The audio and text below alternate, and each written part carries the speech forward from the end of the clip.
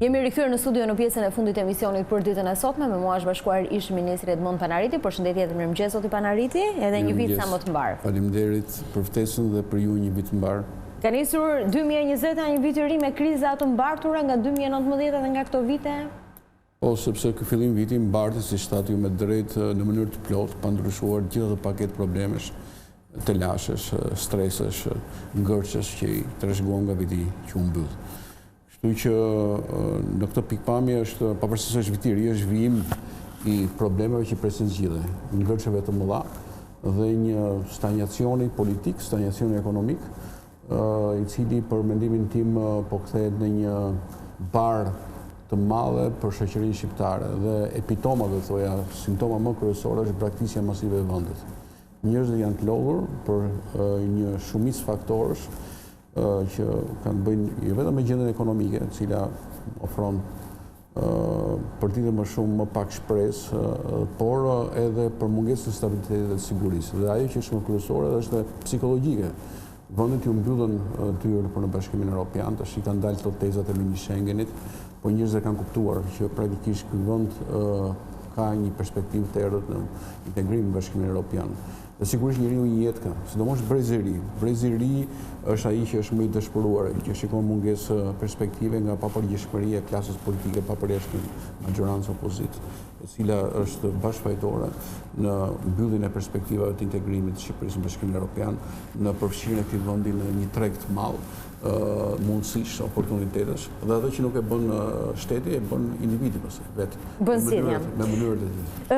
Zoti Panariti, ka nisur direkt 2020 me diskutimin e reformës zgjedhore. Në këndvështrimin tuaj ka pasur në fakt 2019 ka qenë një vit intensiv për politikën, ju keni nisur me protesta, me djegje mandatesh, patëm 30 qershore, një proces të shumë diskutuar, të shumë debatuar. Jemi sot në 2020 ku refreni para se të ndodhte tragjedia e 26 nëntorit ishte zgjedhje të parakohshme të cilat do të çlironin vendin nga kjo krizë. Fillon zgjidhja e krizës me reformën zgjedhore? Unë shikoj që reforma zgjedhore është më tepër një presion që vjen nga jashtë se një vullnet i brendshëm. Do të ishte vullnet i brendshëm do të kishte mbaruar me kohë. Por është një nga kushtet e Bundestagut, është një nga kushtet e Brukselit për integrimin në Bashkimin Evropian. Dhe ky është një presion që vjen nga jashtë për majorancën, po dhe për opozitën për të bërë reformën zgjedhore. Ajo që është për mua flagrante është që majoranca do të shkojë vetëm me draftin e saj të reformës zgjedhore, pa u konsultuar me opozitën. Ka një komision parlamentar për reformën zgjedhore, i cilin opozita nuk i njeh, për arsye sepse opozita në kushtet e saj kërkon një trekëndësh tjetër për hartimin e reformës zgjedhore, ku ajo do të jetë si një palë me të drejta të plota në tërheqjen e reformës zgjedhore. Pra një përfaqësues dhe prezencën e ndërkombëtarëve. Kurse po të vazhdohet me komisionin zgjedhor, që ne e konsiderojmë legjitim, atëherë që këtu fillon minimi i reformës zgjedhore dhe nuk mund të ketë avancim. Ndërkohë ka dhe një ambiguitet, një paqartësi dhe kush do jenë elementet e reformës zgjedhore. Këtu ka një kakofoni, ka një grup që vjen nga shoqëria civile, i cili kërkon ndryshimin e sistemit. Pra praktikisht janë mbledhur edhe 50.000 firma peticion, është një smathurje në mos gabojmë, e cila kërkon që të ndryshojë sistemi. Proporcional kombëtar me listat hapura. Pra kërkohet që të jepet më tepër peshë individit. E mbështet opozitën? Ne kemi mbështetur si Lëvizje Socialiste për Integrim këtë prekosh, madje ne kemi qenë ata që kemi kundërshtuar edhe paktin e madh që u bë midis partive me ndryshimet kushtetuese të vitit 2008. Pra ne jemi të hapur që pse jo të preket edhe sistemi. Por për mendimin tim, thembra e akidit në reformën zgjedhore është administrimi i votës.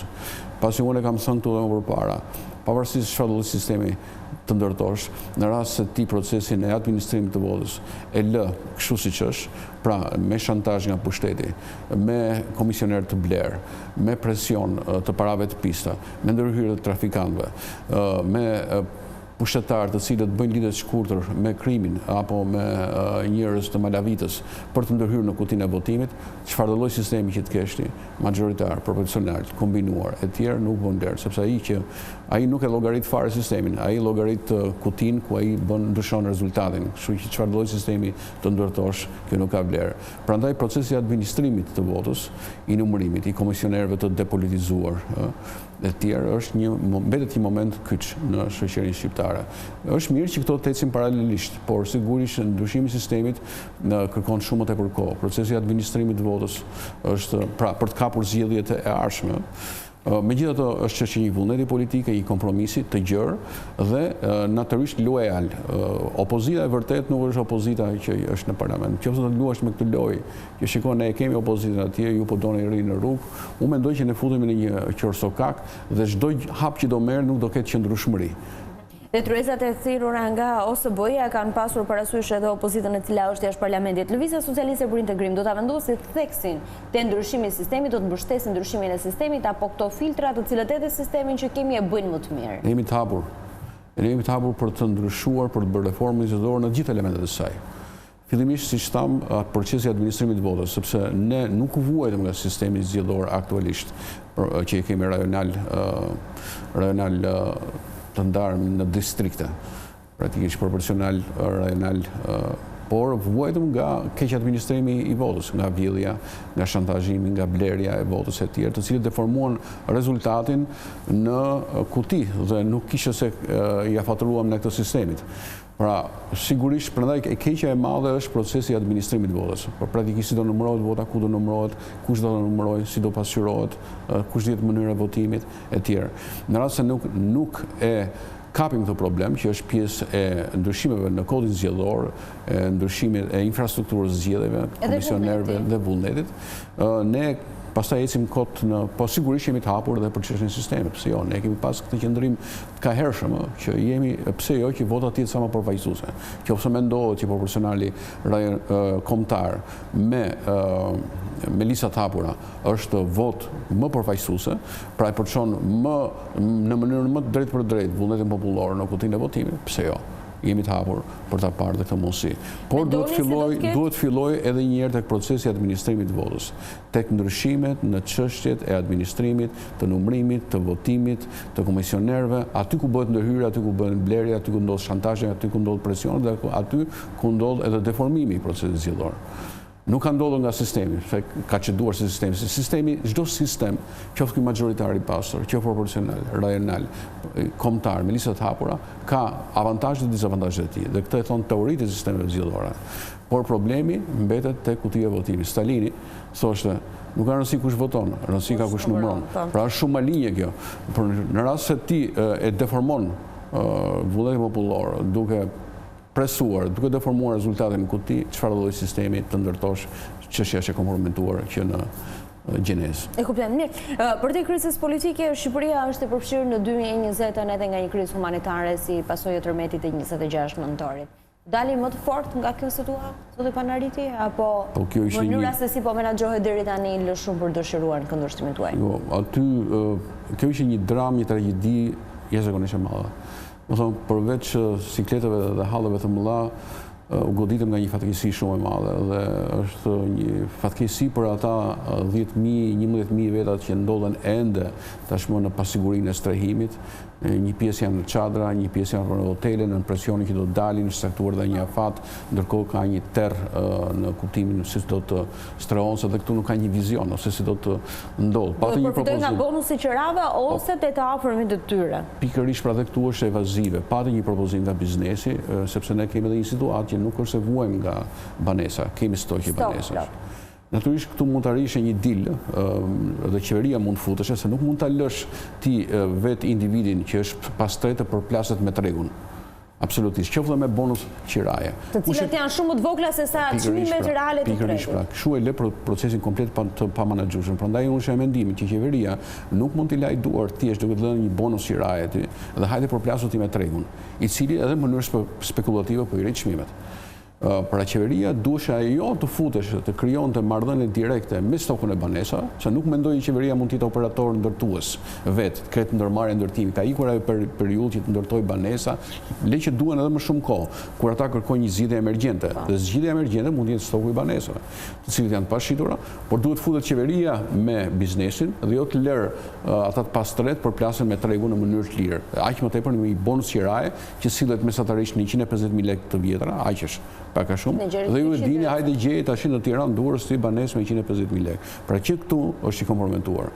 Pra për mendimin tim, më serioze do të ishin qeveria të futeshe, sepse krizat humanitare, krizat natyrore përballohen gjithmonë në mënyrë centralizuar, nuk mund ta lësh atë thjesht për plaset vetë.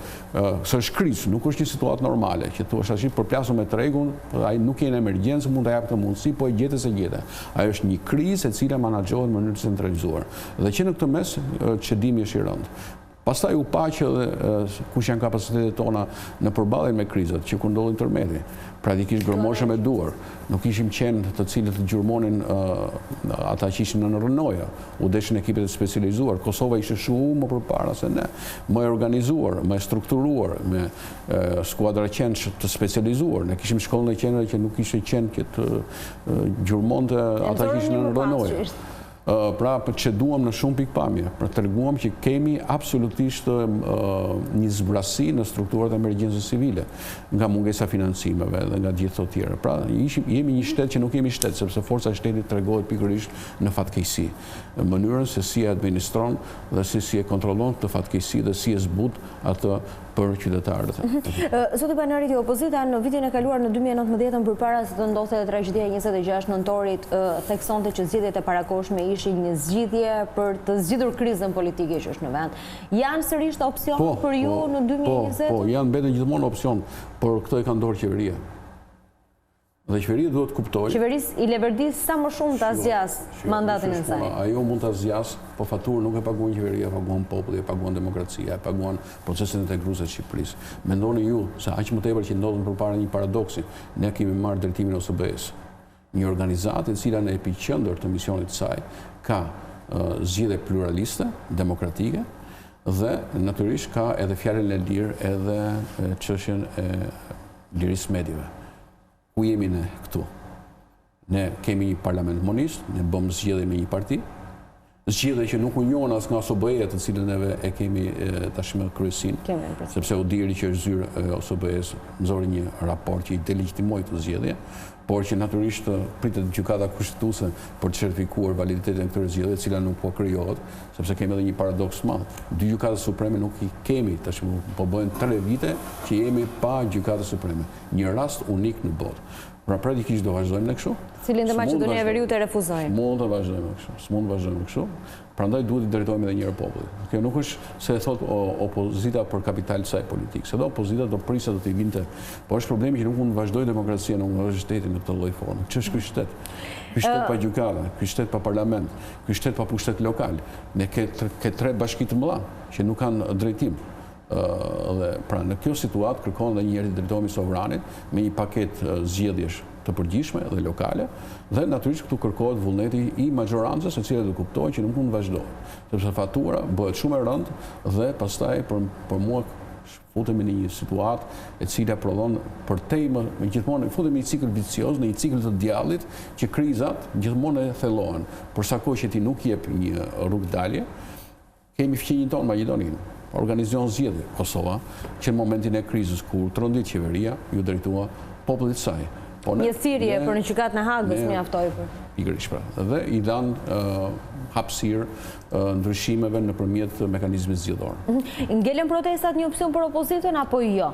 Po ngelen dhe protestat, po sigurisht duhet një synim i qartë dhe aq më tepër një ofertë. Shiko, populli shqiptar kërkon që të kuptojë që ti je ndryshe nga ata që drejtojnë sot.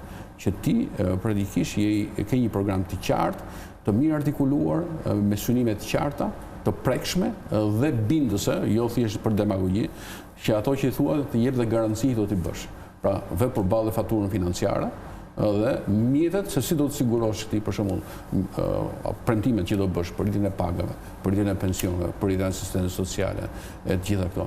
Kur ti argumenton që unë i kam burimet sepse kam këto mjete që do t'i heq nga investimet parazitare dhe këto para të cilat shkojnë dhe shpërdoren do t'i kaloj për shtresën e diskriminuar, shtresën e varfër, të pensionistëve, të pastreve e tjerë, sigurisht do t'a kesh mbështetjen e popullit shqiptar, po duhet një program shumë mirë i artikuluar, i mirë menduar dhe i mirë mbështetur. Dhe sigurisht një zë i fortë dhe i vendosur që tjetë përfaqësues i këtyre synimeve. Dhe ti je sigur i popullit shqiptar do të votojë, sepse njerëzit të presin, njerëzit presin zgjidhje, nuk presin më thjesht tashmë dalje në për mitingje dhe si thua shpallje me entuziazëm të synimeve për të ardhur në pushtet. Njerëzit kërkojnë zgjidhje konkrete. Prandaj është momenti dhe opozita ka kuptuar që tashmë nuk është vetëm dalja në protesta, po dalja me një paketë. Dhe në takimin e ardhshëm të opozitës këtë ditë ne do kemi paketën të ofertës pse duhet që ju të kërkoni ndryshimin. 1, 2, 3, 4 në sektorët kryesorë, në bujqësi, në arsim, në shëndetësi, në asistencë sociale, në reformën e pensioneve. Për gjitha këto ne do të kemi ofertën tonë. Zoti Panariti, edhe një pyetje të fundit për sa i përket për të rikthyer edhe një herë te pjesa e tërmetit, sepse edhe prezantimin kur e bëra pak më parë thash ish ministër sepse jeni investuar shumë në kohën në bujqësinë që është një nga sektorët kryesorë të ekonomisë shqiptare. Pas situatës së tërmetit kemi rastin e shumë familjeve të cilët refuzojnë që të shkojnë në hotele sepse duan të qëndrojnë çadra afër tokave të tyre për të qenë pranë tokave që kanë, por edhe gjë së gjallë. Mendoni që në këtë situatë ku pjesa më e madhe, emergjenca më e madhe ka kaluar e shpëtimit të jetëve njerëzore dhe tani po mendohet menaxhimi se si do të jetë strehimi i tyre, të ketë një plan edhe për këto familje të cilat janë prekur dhe kanë lidhje direkt me bujqësinë, që se si duhet të ndihmohen ato në këtë situatë për të mbijetuar apo edhe për të pasur një plan zhvillimi. E kam përcjellur këtu dhe ajo është vërtet shumë e dhimbshme, po është një realitet. Ata mendojnë tash përveç hallit madh që i ka gjetur që s'kan strem i kokë, kanë baktin për të ushqyer, kanë parcelat për të mbill. Pra ata merren me bujqësi, vetëm burimi i tyre jetesës është ardhur nga bujqësia. Prandaj këta duhen kuptuar dhe këta nuk kanë vetëm çështjen e çatisë me kokë. Prandaj edhe po refuzojnë për të shkuar atje se duhet të jetë afër stallës, afër stanit, afër parcelës për të bërë shërbimet, sepse me atë rron. Pra, edhe këtu mungon një qartësi, një mundësi për të mundësuar atyre personave që praktikisht të merren dhe vazhdojnë në aktivitetin ekonomik, apo të subvencionosh në një mënyrë tjetër që ato humbje që ata po detyrohen që të pësojnë nga fakti që tashmë i ka dalë një dert i madh, mungesa e një çatie mbi kokë dhe kanë lënë pas dore fermën, kanë lënë pas dore sallën, duhet të kompensojë qeveria ose të mundsojë që të vazhdojnë aktivitetin ekonomik. Po edhe në këtë mes ka një paqartësi. Unë e kam ndjekur, këto janë shumë familje, prandaj të cilët refuzojnë për arsye sepse nuk mund të shkëputen nga punët e ditës, nga punët në bujqësi, nga punët në blegtori, nga përpunimi. Do të ketë një trajtim ndryshe të këtyre? Po sigurisht, sepse ata kanë humbje të dy fisht. Kanë humbjen nga e banesës, që është humbje fizike, e cila natyrisht do kohë që të rindërtohet e tjerë, po ka dhe humbjen e aktivitetit, po falimentojnë dhe si aktivitet. Pra janë dy masa në këtë mes, masa për strehim, për një çatim mbi kokë, dhe masa për të siguruar vazhdimin e aktivitetit. Dhe prandaj kërkohen qeveria duhet të funksionojë si një grup integral. Pra ke grupin e emergjencës që merret vetëm me strehën, jo të largojmë nga çadrat, të çojmë në shtëpi provizore dhe pastaj në ndërtesë definitive. Si do ta ndërtoj? Dhe në fshat si do ta bësh? Kush është sasia parash që do t'i japësh? E ke bërë një vlerësim se sa kushton ndërtesa një shtëpi e thjesht në fshat, sipas zonave, sipas kostës e tjerë që pak a shumë llogarisësh një faturë financiare apo thjesht delesh edhe shpallë aty duroni se për një vit do t'ja ndërtojmë e tjerë. Dhe viti do kalojë dhe shumë vite të tjerë do kalojnë dhe këtu do jemi dhe nuk ka për të ndodhur asgjë. Pra të heqim dorë nga demagogjia, por të japim një perspektivë reale zgjidhje ose më mirë thuaj troç. Nuk e kam këtë mundësi, kjo është mundësia e vetme dhe mos i mbaj me shpresat kota, por roli i qeverisë ky është që të mbajtë ndezur shpresën, por duke vënë përbëri edhe zgjidhjen. Një zgjidhje e cila duhet të jetë e prekshme, e monitorueshme, prandaj duhet edhe opozita. Se po të lesh vetëm qeveria del, opozita duhet ta kontrollojë qeverinë se sa po avancon me premtimet e bëra, sidomos për këtë stres që po e vuan sot dhe kësaj dite fatkeqësi të madhe që e zuri. Ishte shumë kënaqësi që ishit të mëngjes me mua në 7:05, ju uroj një ditë sa më të mbarë dhe një 2020 edhe më të mbarë. Faleminderit edhe ju një ditë të mbarë. Faleminderit. Kjo është gjithçka e përgatitur për emisionin 7:05 edhe për ditën e sotme. Së bashku do takohemi nesër në potën njëtonor, ndërkohë do të jeni me Çankuelën dhe Krenarin me The Best nga 2019 edhe për këtë javë.